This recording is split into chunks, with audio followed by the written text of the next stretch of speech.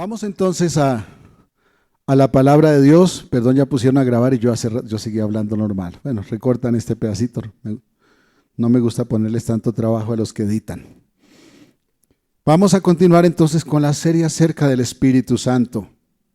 Es la serie que hemos traído ya. Esta es como la cuarta, quinta sesión, creo. Y el tema para hoy es la parte 2 acerca del poder del Espíritu Santo en mí. Y específicamente nos enfocamos en sentir su presencia. Entonces vamos a leer en Gálatas capítulo 5, versículos 16 y 17. Digo pues, andad en el Espíritu y no satisfagáis los deseos de la carne, porque el deseo de la carne es contra el Espíritu y el del Espíritu es contra la carne. Y estos se oponen entre sí para que no hagáis lo que quisiereis. Gálatas 5, 16 y 17. Señor, es tu palabra y vamos a escudriñarla, y yo necesito urgentemente que tú me guíes y que también abras mis oídos para que escuche y ponga por obra, y también para que mis hermanos escuchen y pongan por obra, porque eso nos hace crecer en santidad. Y si alguien no te tiene a ti, eso te va a traer a ti esta mañana. En el nombre de Jesús, y todos decimos, amén. Estudiamos entonces ya que el Espíritu Santo es el otro consolador, y he insistido mucho en el otro consolador, aunque la Biblia dice muchas veces el consolador, pero en un par de ocasiones dice el otro consolador, porque ya les decía, es que el consolador que vino originalmente fue Cristo, porque fue el que vino a rescatarnos de la perdición en que estábamos condenados por haber quebrantado la ley de Dios. Y la única forma de no ser condenados es que reconozcamos nuestros pecados, es decir, que nadie se sienta bueno, que reconozcamos que lo que Dios exige es perfección y ninguno de nosotros es perfecto, luego entonces debemos ser condenados. Pero el que sí es perfecto se puso en nuestro lugar, llevó nuestra culpa, pagó nuestra deuda, y entonces todo aquel que cree y recibe a Cristo como único y suficiente Salvador, aunque no sea perfecto, es recibido como perfecto, porque delante de Dios no llega nada ni nadie perfecto. De tal forma que cuando Dios nos ve a nosotros, no nos ve a nosotros, sino que ve a su Hijo, y su Hijo es perfecto. Amén, ¿me hice entender? Y ese otro consolador nos sella la redención, y también edifica nuestra santidad para garantizarnos galardón en el cielo. Esa santidad no es para salvación. Esa santificación es para premio. A todos nos gustan los premios, ¿cierto? Uy, cuando uno recibe un regalito es tan bueno. Sí, eso es muy bonito. A veces en el Día del Padre llegan algunos jovencitos de la iglesia y me traen el detallito y uno se siente muy padre cuando siente que tiene más de los 4 hijos que tenemos en la casa. Eso es hermoso, hermanos. Y vamos estudiando cómo experimentar la llenura y el poder del Espíritu en nosotros. Y antes de adentrarnos, fue el tema de hace 8 días, aprendimos algo, o escudriñamos algo mejor, porque yo sé que ustedes lo sabían. Es que hay 2 tipos de creyentes, 2 tipos de personas que van al cielo. La Biblia habla de 3 tipos de personas, una que es natural, pero habla de 2 tipos de creyentes. Esos son los 2 tipos de cristianos, ambos van para el cielo. Uno lleno del Espíritu Santo,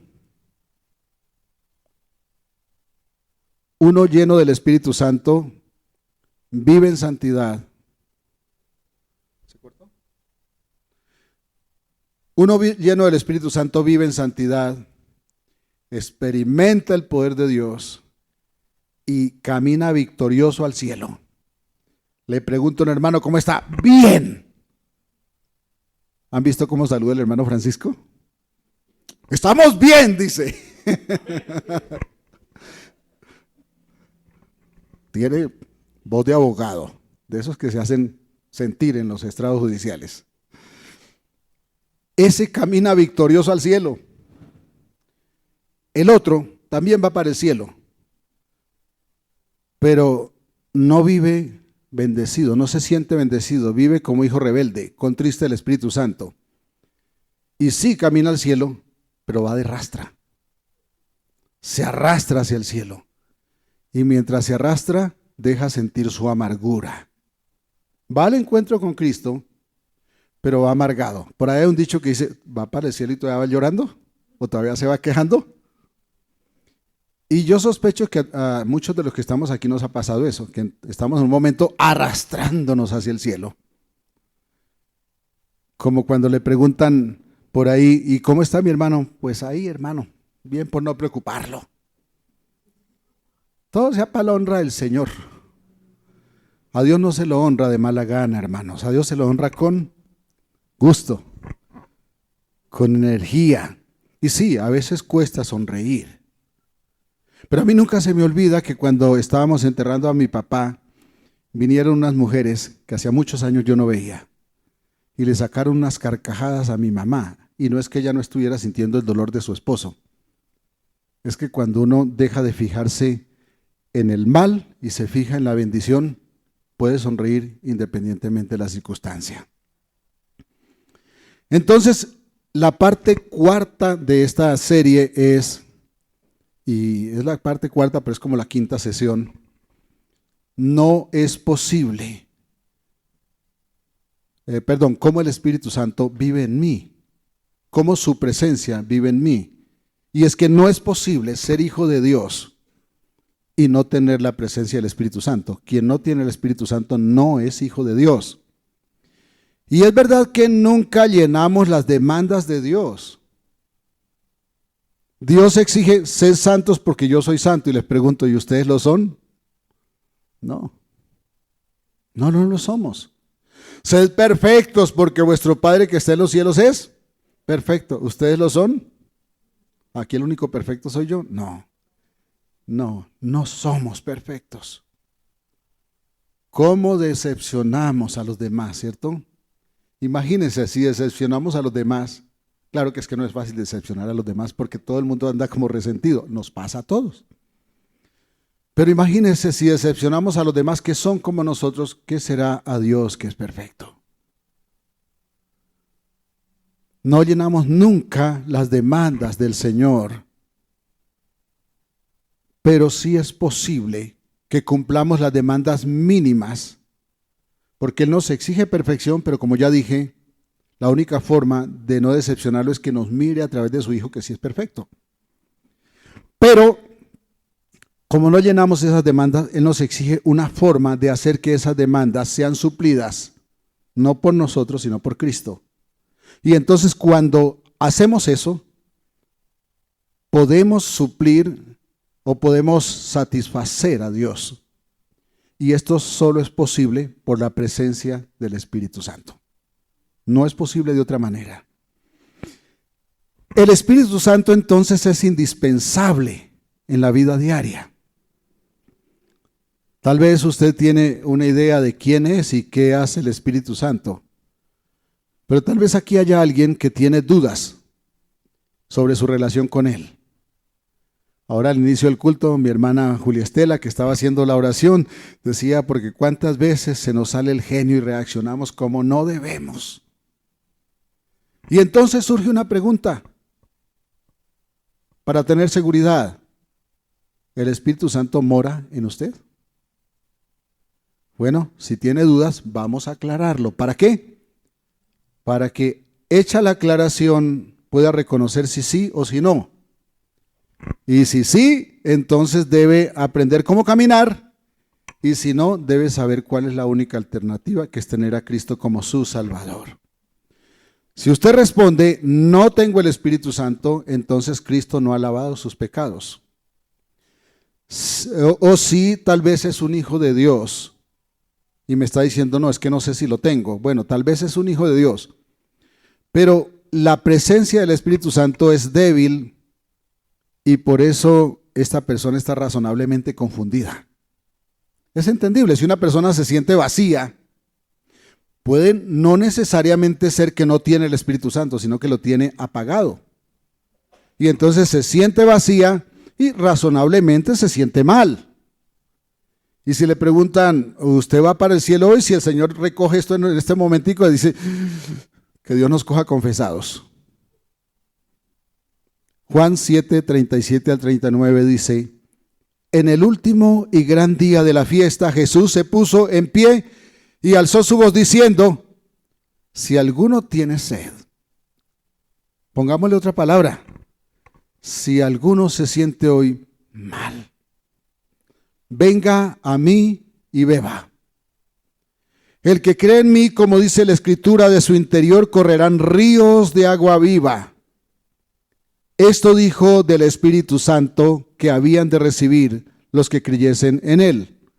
Pues aún no había venido el Espíritu Santo porque Jesús no había sido aún glorificado. Veamos este llamado. Observemos lo que está pasando aquí cuando Jesús habla. ¿Tiene sed? ¿Cuál es la salida? Venga y beba. Tal vez usted está más sediento que nunca y no haya cómo saciar ese vacío en su alma. Y algunos tienen un grado de sed y otros tienen otro grado de sed. Observaron, vino un muchacho que ya se fue, ocupó un lugar, ocupó otro. ¿Por qué se mueve tanto? Porque no tiene paz. Es un problema de paz. Y entonces esta persona desfallece, se desanima, ya estoy hablando de un creyente, se desanima, se siente vacío y no ve el poder de Dios actuando en su vida. Y cosa triste que es que uno sienta que ora y la oración no pasa del techo. Y entonces Jesús, después de que dice venga a mí y beba, comienza a profetizar. Y dice, aquel que tiene mi espíritu, de su interior correrán ríos de agua viva. Y es el estado espiritual en que debiéramos vivir. Yo le aseguro que a mi hermano Francisco, que es tan bueno para saludar así con energía, no es que nunca le saquen el genio. Yo me lo imagino peleando en un estrado judicial. Pero es hermoso que alguien ande con la actitud de bendecido. Algunos cogen esa costumbre y espero que no sea solamente por repetirla. Dice, bendecidos para bendecir. Y esto que dice Jesús cuando dice, de su interior correrán ríos de agua viva, nos lleva a otro momento en que Jesús estuvo con una mujer que era despreciada en Jerusalén. La mujer samaritana, la mujer de Samaria. ¿Por qué los despreciaban? Porque los samaritanos eran de las 10 tribus de Israel que se separaron cuando se separó Judá y Benjamín de las otras 10 tribus. Y resulta que cuando vinieron los asirios e invadieron Israel, eso fue antes de la esclavitud de Judá, los asirios cogieron a las mujeres de Israel y las violaron y las embarazaron. Y a los varones los obligaban a que tuvieran esposas de otros pueblos y así perdieron la pureza de su raza. Resulta que los judíos, es decir, los de Judá, fueron llevados esclavos 70 años a Babilonia, pero ellos allí sí pudieron mantener la pureza de su raza. Y eso tiene que ver con la venida del Mesías, pero aquí no me detengo porque los quiero despachar antes de las 12 del día. Pero resulta que cuando regresaron los judíos a Jerusalén y a Judá, miraban a los de Samaria con desprecio, porque decían, estos ya no son puros. Por eso, esta mujer se sorprendió tanto de que Jesús hablara con ella. Primero porque un rabino no le hablaba ni a su esposa en público. Y ella vio a Jesús como un rabino y dijo, ¿y me habla a mí que soy mujer y para el colmo samaritana? Si es que los judíos tenían por desecho a los samaritanos y por tanto los samaritanos odiaban a los judíos. Porque los samaritanos también querían sentirse pueblo. Eso pasa hoy con la religiosidad, ¿no? El uno excluye al otro, el otro se siente de mejor raza y no faltan los líderes religiosos que digan esta es la única y santa iglesia. Y quien dice eso ya es un hereje. Porque la única y santa iglesia es la del Señor Jesucristo. Que hay unas más desviadas que otras sí. Pero Corresponde al Señor decir quiénes son los salvos. ¿Por qué? Porque es quien vive una relación con Él quien es salvo. Pero volviendo al caso de Jesús, cuando dice de su interior correrán ríos de agua viva, Jesús habló con esta mujer de Samaria y allí dijo que el que bebiere del agua que Él da, y cuando habla de esta agua se refiere al Espíritu Santo, de Él brotará agua viva, porque dice no tendrá sed jamás. Y la mujer que dijo, Señor, estoy cansada de venir todos los días a sacar agua de este pozo, dame esa agua porque a mí me incomoda y dale a mi marido de paso, porque es que, claro que el Señor le dijo, ese no es tu marido. Dale a los de mi casa porque es que me mandan por agua y esto es cansón, Señor. Pero él le dijo, no tendrás sed jamás. Cuando Cristo lava los pecados de una persona, el Espíritu Santo lo inunda con una fuente inagotable de vida. Y eso es lo que nos debe hacer siempre, decir, gracias a Dios, bendecido. Mi esposa tiene una buena costumbre. Para citar un ejemplo específico, un día cargaba un dolor en su brazo. Y entonces comenzó a decir, yo no sé por qué me duele el brazo si ya el Señor me sanó. ¿Y sabe qué pasó? El brazo sanó. Párele bolas a los males y verá que usted se derrumba. Pero párese firme frente a los males y verá que no hay mal que lo tumbe. Porque si está el Señor con usted y usted le cree, no habrá mal que lo derrumbe. Por eso no es normal que un hijo de Dios se desmaye, así sea frente a la tumba del ser que más ama. Es un momento demasiado duro, pero todavía puede haber fortaleza que lo mantenga de pie, si se apega al Señor. Es de humanos derrumbarse, pero es de hijos de Dios fuertes levantarse. Entonces es vital tener el Espíritu Santo obrando en nosotros, y esto implica, primero, haber recibido a Cristo como único y suficiente Salvador. Si no lo ha recibido, pues no va a estar el Espíritu Santo. Pero también implica, para el que ya es creyente, tener encendida la llama de la presencia del Espíritu. Porque es que a veces nos esforzamos tanto en apagarlo que ya no es culpa del Espíritu Santo. Si alguien le dice cómo amaneció, pues ahí, como cuando usted era pobre. ¿Cómo va a vivir? Mal. ¿Usted cree que la platica que se gana le alcanza? No. El problema no es cuánto se gana, sino para cuánto le alcanza. Hay personas que salen adelante con muy poco para los ojos de cualquiera. Y hay personas que con mucho no hacen nada. No tienen sino deudas. Y así pasa en toda la vida. Estoy hablando de dinero, que es lo más fácil de contar, ¿no? Y lo que nos gusta contar. Ahora, si alguno le pregunta, ¿usted recibió el Espíritu Santo? Y se refieren a un momento específico, o algunos dicen, o usted de los que cree que recibió el Espíritu Santo cuando creyó en Cristo. Y a veces no sabemos responder. La pregunta tiene una contradicción que debemos aclarar para que entendamos cómo es que mora el Espíritu Santo y cómo sentir su presencia. Para aclarar entonces, cuando nos pregunten, ¿usted recibió el Espíritu Santo? Veamos cómo obra el Espíritu Santo en las diferentes épocas y así vamos a entender si hoy lo tenemos o si tenemos que buscarlo, porque se trata de entender, no de afirmar solamente. Primero, entonces, ¿cómo obra el Espíritu Santo en el Antiguo Testamento? Génesis capítulo 1, la segunda parte del versículo 2. Génesis 1, 2b, llamémoslo así. Y el Espíritu Santo se movía sobre la faz de las aguas. Aquí hay una expresión que nos dice que el Espíritu se movía en lo profundo de la creación.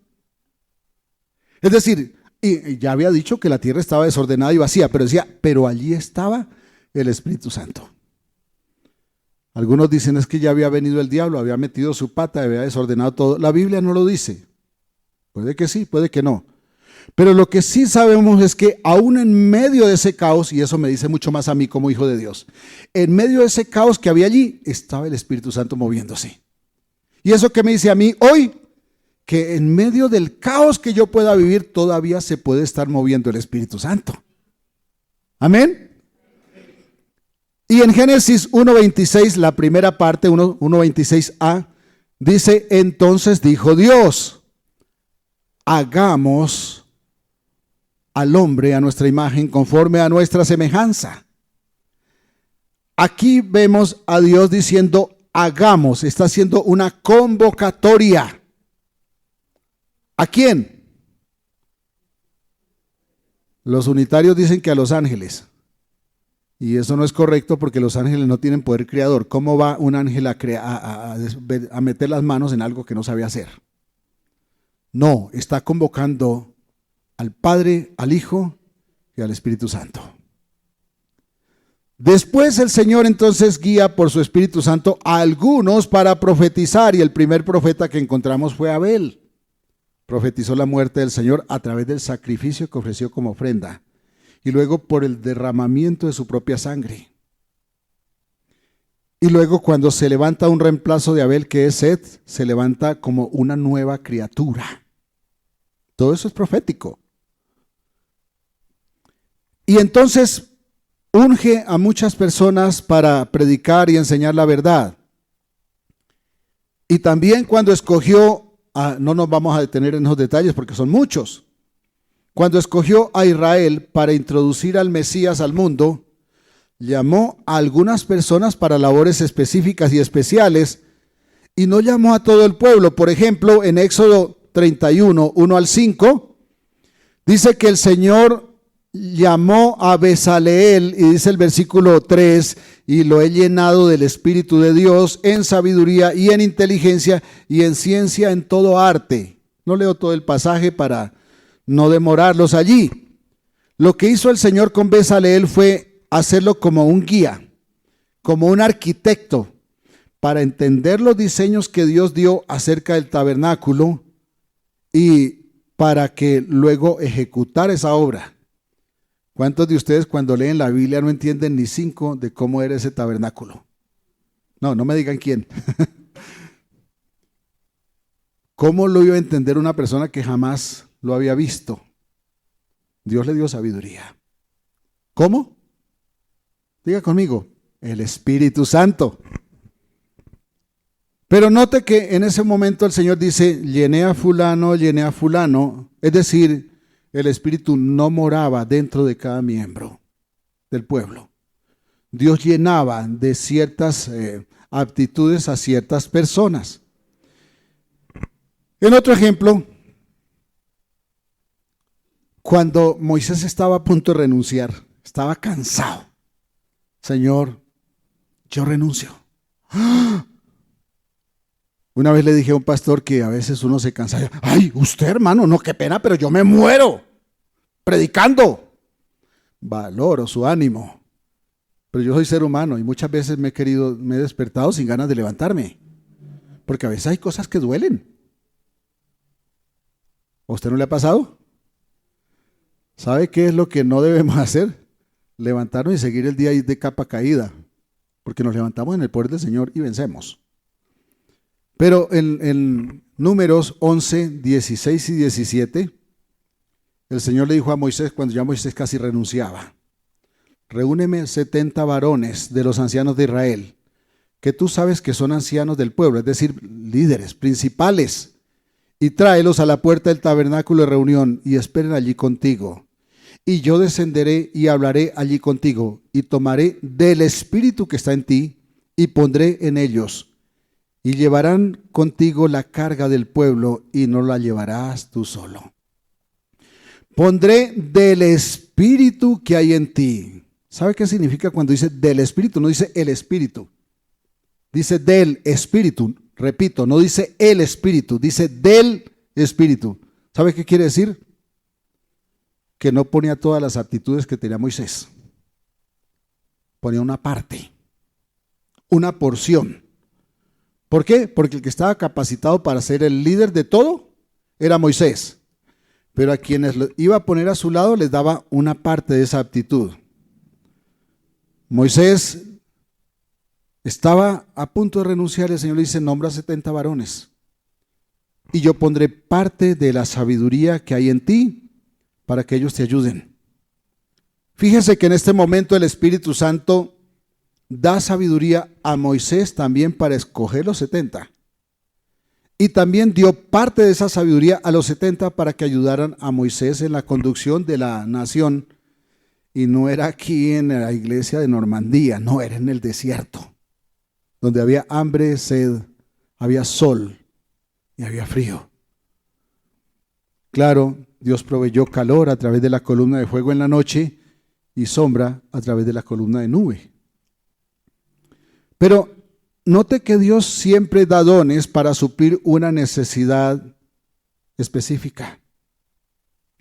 No da de todo a todos, sino que da lo necesario a quien lo requiere para cumplir su labor. Nunca da más. ¿Saben por qué? Porque el poder de Dios no se desperdicia. Se provee para lo que se necesita. Por eso quien busca a Dios por algo específico es empoderado. Quien no lo busca, no recibe nada. Pero es que si recibiéramos todo el poder sin necesidad, ¿sabe qué nos pasa? No nos aguantaría nadie, porque nos creeríamos dioses, seríamos insoportables. ¿Han visto personas en el mundo que parecen que se creen dioses? ¡Ush! Eso lo llaman los psicólogos el espíritu narcisista. Bueno, la personalidad narcisista. En la Biblia se llama espíritu de narcisismo.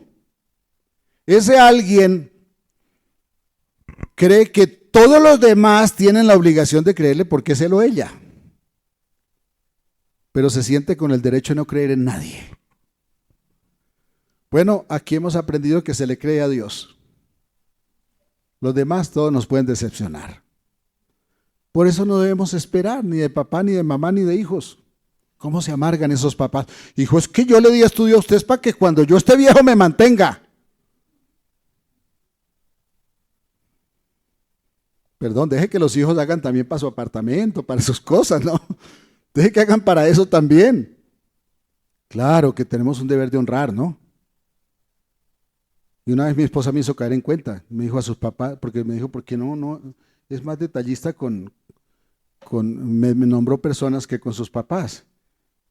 Y yo le dije, pues porque ellos poco o mucho lo tienen, todo.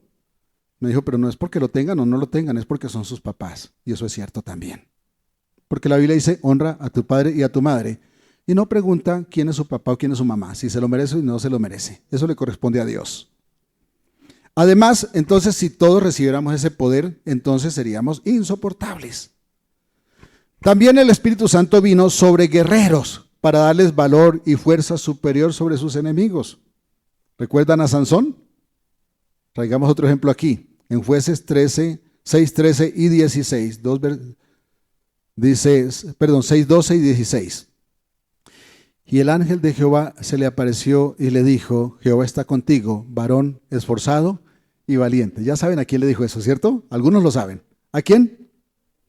A Gedeón. ¿Dónde estaba Gedeón?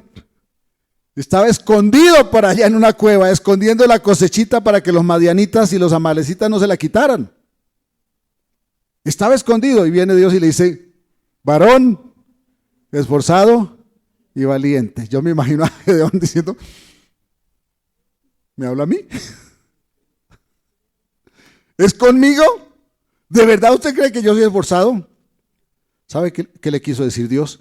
Te voy a llenar de valor porque tú vas a liberar a tu pueblo de estos opresores. Quizás a usted que está hoy aquí sentado, lleno de susto, lleno de temor, que no sabe ni siquiera qué va a hacer porque ni siquiera tiene trabajo. Y trabajo no por darse el gusto de trabajar, sino para la provisión. El Señor le dice, yo te voy a llenar de valor. A usted que tal vez ya está cansado, que estaba como Moisés pensando en tirar la toalla. Y el Señor le dice, yo estoy contigo. Te voy a dar valor. Te voy a dar fuerzas. Y el Señor le dijo, versículo 16, ciertamente yo estaré contigo. ¿Qué tal si lo repite? Dice conmigo, Él está conmigo. Él está conmigo. Y derrotarás a los madianitas como un solo hombre. Él estaba escondido. Dios vino sobre él, lo llamó varón esforzado y valiente. Y los que conocemos la historia, la vamos a resumir. Sabemos que este hombre, con 300 guerreros, derrotó a un ejército de miles y miles de combatientes. ¿Cómo? Dios estaba con él. Yo estaré contigo. Dios estaba con él. En primer libro de Samuel, capítulo 16, versículo 13, dice: y Samuel tomó el cuerno del aceite y lo ungió en medio de sus hermanos. Está hablando de David. Y desde aquel día en adelante el Espíritu de Jehová vino sobre David. Se levantó luego Samuel y se volvió a Ramá. Samuel ungió a David. ¿Y quién era David? Un humilde pastor de ovejas. Cuando vino Samuel para buscar el nuevo rey, ni siquiera lo mandaron llamar. Mandaron llamar a los importantes. Ahí lo dejaron por allá. Pero Dios había desechado a Saúl y dijo: voy a buscar un hombre conforme a mi corazón. Llegó Samuel y vio a esos hermanos de David, todos grandotes, todos bien parecidos. Dijo: este es. Y el Señor le dice: ¿falta alguno? Y le dice el papá: sí. El tontico de la casa falta.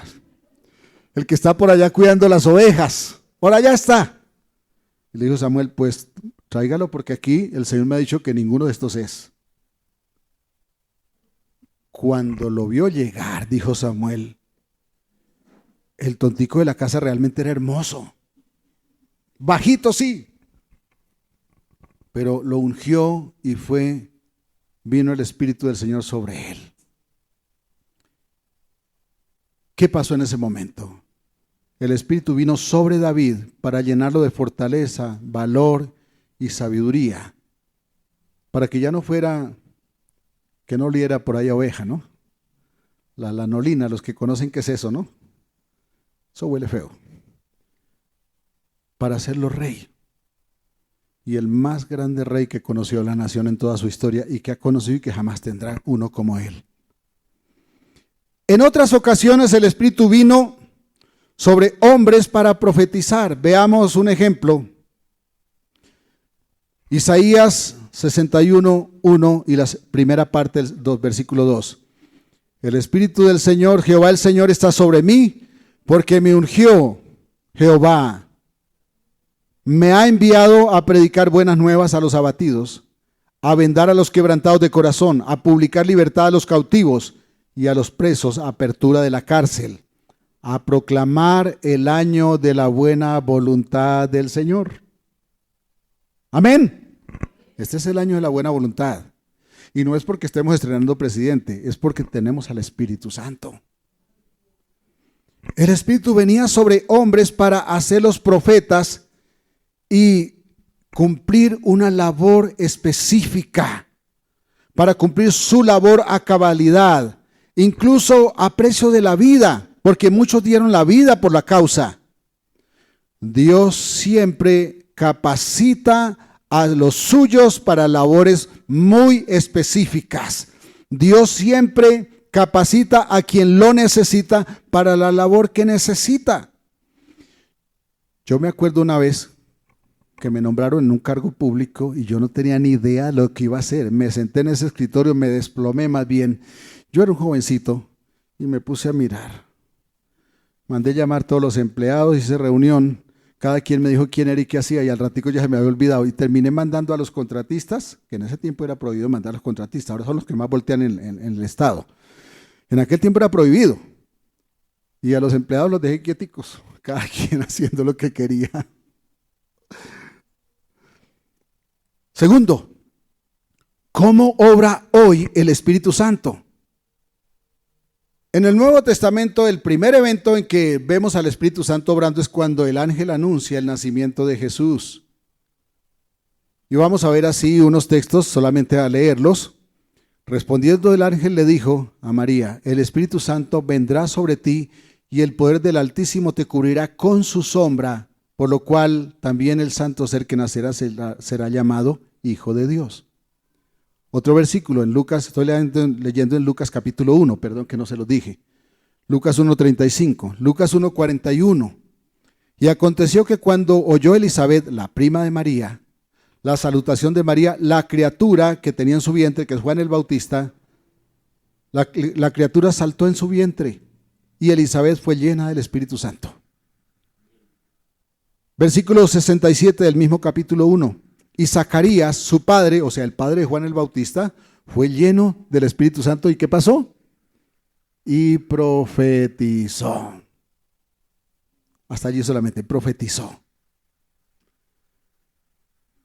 Jesús fue concebido en el vientre por el Espíritu Santo. Si fue concebido por el Espíritu Santo, ¿qué creen? ¿Tenía el Espíritu Santo? Sí, claro. Él estaba lleno, pleno del Espíritu Santo de Dios. Siempre estuvo lleno del Espíritu Santo. De hecho, Él es Dios con nosotros, o sea, Él es el Espíritu mismo. Pero observen un detalle. Cuando fue bautizado, dice la Biblia que descendió sobre Él el Espíritu Santo. ¿Qué pasó? ¿Lo tenía o no lo tenía? Mire, es algo que vamos a aclarar, pero no se preocupe. Eso no es tema de hoy. Eso lo vamos a seguir desarrollando el próximo domingo. Lucas 3:22, y descendió el Espíritu Santo sobre él en forma corporal como paloma. Y vino una voz del cielo que decía, tú eres mi Hijo amado, en ti tengo complacencia. En el bautismo de Jesús, el Espíritu Santo no vino sobre Jesús por primera vez. Él estaba lleno del Espíritu Santo. Él estaba lleno de ese Espíritu. En su humanidad era el hombre perfecto, lleno de Dios. ¿Qué pasó entonces en el bautismo? Ahí tenemos que empezar a aclarar para saber dónde estamos nosotros. Aquí, en el bautismo de Jesús, descendió el Espíritu Santo sobre él. No para llenarlo porque estaba lleno, para ungirlo para el ministerio que iba a desarrollar, el ministerio de nuestra salvación. Es decir, para capacitarlo humanamente para llevar sus pecados y los míos. Él era Dios, lleno del Espíritu Santo, pero cuando murió, murió el hombre. Y el hombre necesitaba ser equipado para pasar ese proceso, llevar su culpa y la mía, y pagar su deuda y la mía. ¿Me estoy haciendo entender? El Espíritu Santo vino sobre Jesús en ese momento, cuando iba a ser ungido, así como fue ungido David como rey. Vino para ungirlo, para que empezara su ministerio redentor. Nunca habíamos visto a Jesús hacer milagros. Ese día empezó a hacer milagros. Bueno, cuando digo ese día es una forma de decirlo, ¿no? Porque fue unos días después, cuando en las bodas de Caná hizo el primer milagro. No porque no pudiera, es porque entonces se manifestó como Salvador. Y cuando el Espíritu Santo vino en el bautismo sobre él, lo estaba equipando para que fuera el Salvador. Este es mi Hijo, en quien me complazco, dijo el Padre. ¿Por qué estaba diciendo el Padre, hallo complacencia en él? ¿Sabe por qué? Porque a partir de ese momento el Padre iba a ver a su Hijo en obediencia total a sus demandas de justicia por usted y por mí. A partir de ese momento se iba a levantar ese ministerio de alguien que se iba a poner en su lugar y en el mío para redimirnos. Por eso el Espíritu Santo se dejó ver en ese momento sobre él, para hacernos entender que en ese momento el Salvador tomaba su lugar y el mío, para llevar su culpa y la mía. Vemos entonces a partir de ese momento la obra del Espíritu Santo en Jesús. Fue capacitado para hacer lo que él dejó ver. ¿Y qué fue lo que dejó ver? Milagros, misericordia, amor, salvación. Alguien diga aleluya más fuerte. En Hechos 12 narra el momento en que el Espíritu Santo viene para comenzar una obra específica, ya no en Jesús, sino en los creyentes. Y leamos Hechos 2, 1 al 4. Cuando llegó el día de Pentecostés, estaban todos unánimes juntos. Y de repente vino del cielo un estruendo como de un viento recio que soplaba, el cual llenó toda la casa donde estaban sentados, y se les aparecieron lenguas repartidas como de fuego, asentándose sobre cada uno de ellos. Está hablando de los que estaban allí, los discípulos del Señor. Y fueron todos llenos del Espíritu Santo y comenzaron a hablar en otras lenguas, según el Espíritu les daba que hablasen. Ese día se celebraba la fiesta de Pentecostés. Pentecostés era la celebración de la entrega de los 10 mandamientos. Era una fiesta tradicional judía. No es una fiesta que empezó ese día. No, ese día están reunidos para celebrar. esa fiesta antigua. Pero hubo un estruendo, un viento recio. Dios hizo sentir de una manera, pues extraña, ¿no? Y milagrosa. Y dice que su Espíritu Santo vino y los llenó. Ese es el momento en que nació la iglesia del Señor. No la iglesia que proclama X líder o X líder o X líder, no, la iglesia del Señor Jesucristo, de la que esperamos que usted y yo seamos miembros. Espero que todos aquí seamos miembros, o si no, hoy es la oportunidad. No es que no hubiera creyentes, ya había unos cuantos creyentes, pero la iglesia se constituyó allí como cuerpo de Cristo para hacer visible a Cristo en la tierra. El mundo ve a Cristo en la iglesia y por eso es que muchos nos odian, porque esta sociedad secularista no quiere saber nada de principios y por eso nos odian cada día más. Pero, ¿cómo ocurrió el nacimiento de la iglesia como cuerpo de Cristo?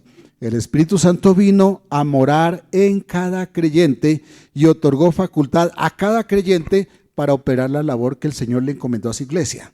Cuando digo cada creyente me refiero que a cada quien le puso una tarea. Quien la está cumpliendo, ahí es cuando el Señor dice que quita los dones. Y no es contradictorio cuando dice que el llamamiento y los dones son irrevocables. No, estos dones sí se quitan. Cuando dice que son irrevocables se refiere a la redención. Pero quien no usa el equipamiento que Dios le da para servir al Señor, Dios se lo quita. Y es cuando se ve una persona con capacidades y de pronto como que ya no sirve para nada, ¿no? Espero que no vea a nadie de ellos aquí. Y no porque se vayan, sino porque seamos llenos del Espíritu. Algo pasó ese día. Los discípulos que dejaron a Jesús solo en el juicio más injusto y criminal de la historia, esos que incluso negaron conocer a Jesús como Pedro, que creo que Pedro fue el único que nos quedó escrito, pero más de uno dijo no lo conozco. Ellos fueron llenos de poder para cumplir sin temor lo que Jesús encomendó a la iglesia. Jesús, la cabeza, encomendó a cada uno una labor. Y eso se hace a través del don del Espíritu Santo que anunció Pedro ese día. ¿Recuerdan que él dijo, recibiréis el don del Espíritu Santo? Todos tenemos un deber en la comisión de llevar el Evangelio, pero la labor de todos no es igual. Actuamos como un cuerpo donde cada miembro cumple y debe cumplir una función que se le asigna a él y no a los demás. Antes tuvieron miedo. Ahora estaban dispuestos incluso a ser sacrificados por predicar la verdad al mundo y fueron sacrificados. Eso explica cómo Esteban alabó y glorificó a Dios mientras era martirizado. Es que en ese momento él vio el rostro de Dios y afirmó su fe al ver que su Redentor vive. Si usted puede ver que su Redentor vive, usted no va a desmayar. Miles de cristianos, la mayoría anónimos para el mundo, cantaban mientras eran quemados vivos como antorchas humanas en los jardines de Nerón, en Roma. No conocemos sus nombres, pero Dios sí los conoce. No son anónimos para el Padre, porque Él nos conoce. Y los grandes apóstoles, antes cobardes, se llenaron de valor para dar su vida, para que usted y yo hoy disfrutemos conocer el Evangelio, las buenas nuevas de salvación en Cristo. ¿Qué tal si nos ponemos de pie un momento? El tema continúa dentro de una semana. ¿Estamos entendiendo cómo es que el Espíritu viene? ¿Por qué descendió sobre Cristo en el bautismo si estaba lleno? ¿Por qué habló Pedro de don del Espíritu en Pentecostés? Bueno, en 8 días vamos a aclarar mucho más esto. Cierren sus ojos, por favor. Todos cierren sus ojos. Quien en esta mañana siente que no tiene una relación efectiva con Dios, o tal vez siente que el Espíritu está apagado, allí con sus ojos cerrados todos, por favor, levante su mano conmigo. Por favor, levante su mano conmigo. Ahora, a quienes estamos aquí acompañando a estas personas que ya levantaron su mano, les invito a que levanten su mano también para acompañarlos en este momento, para que nadie esté en evidencia. Y ahora digan conmigo así: Señor, gracias por tu misericordia, por tu bondad, por tu paciencia. Gracias por no dejarme perdido. Gracias por enviar a tu Hijo para redimirme y para darme vida nueva. Gracias. Te entrego mi vida. Recíbeme. Lléname de tu Espíritu Santo. Te lo ruego en el nombre de Jesús. Y todos decimos, Dios les bendiga. Un abrazo para todos.